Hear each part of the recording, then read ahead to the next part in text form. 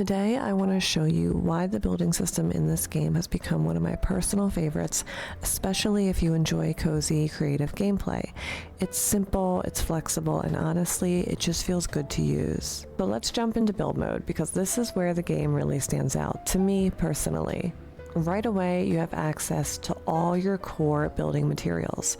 You have foundations, slabs, walls, angled walls, pillars, everything you need to start creating immediately. It's very intuitive, and placing your first foundation is quick and literally effortless. But honestly, what really makes this system special is the level of control that you have. You're not locked into your placement. You can move objects freely, adjust their position, and even sink them into the ground. So if you like things centered and precise, you can take the time to get everything exactly how you want it. At the same time, you're not forced into perfection. You can build small, simple, or detailed completely at your own pace.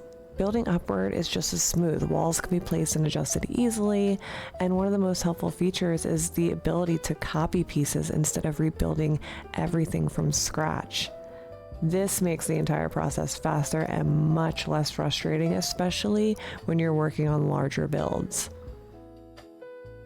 And if something doesn't turn out the way you expected, there's a built-in undo function, which is incredibly useful. It removes that pressure of making mistakes and lets you experiment more freely.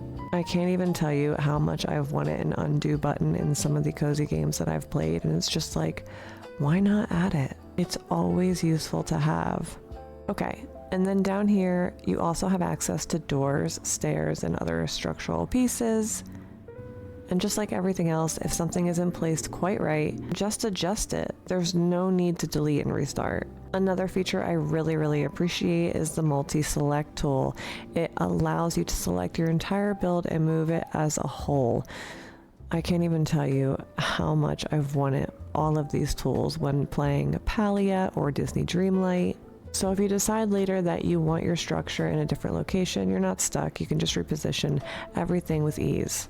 Another feature that I absolutely love, and I'm so used to glitching things in video games to make it work, is the overlap tool.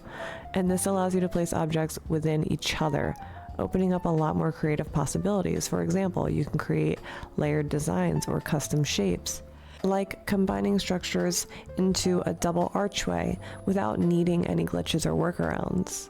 In many other games, achieving something like that requires so many extra steps, and here it's just built directly into the system, which I love. I do also like that you can adjust the environment while you build. So this button, you're going to be able to change the lighting, the weather, whether it's rain, sunlight, or even snow.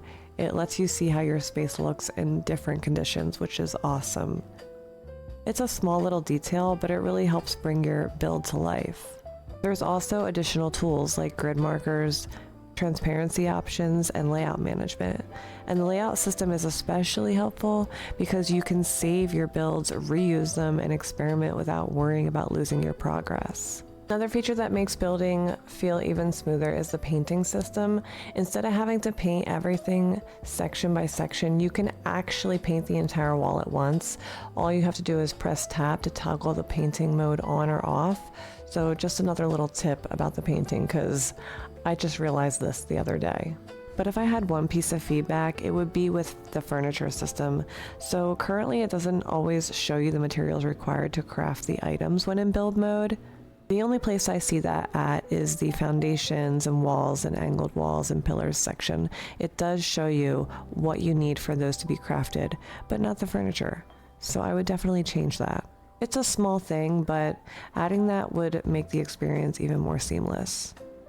I'm not complaining though. But what I really love is how creative you can get. Even if you don't have the exact item you want, you can work around it. For example, I've used items in unconventional ways, adjusting their position and placement to create something that fits perfectly. That level of flexibility makes a huge difference. In other games, creating custom designs like that often requires glitches or complicated techniques, and here it feels natural and intentional. You're not fighting the system, you're just working with it. And honestly, that's why I love Starsand. It has one of my favorite building systems. It just gives you freedom, it removes the pressure, and it lets you focus on what actually matters, creating something that feels like your own. If you enjoy cozy building games or just want a system that supports your creativity, this is definitely one worth trying. And I'd love to know what your favorite cozy building game is right now, because Starsand is my number one so far.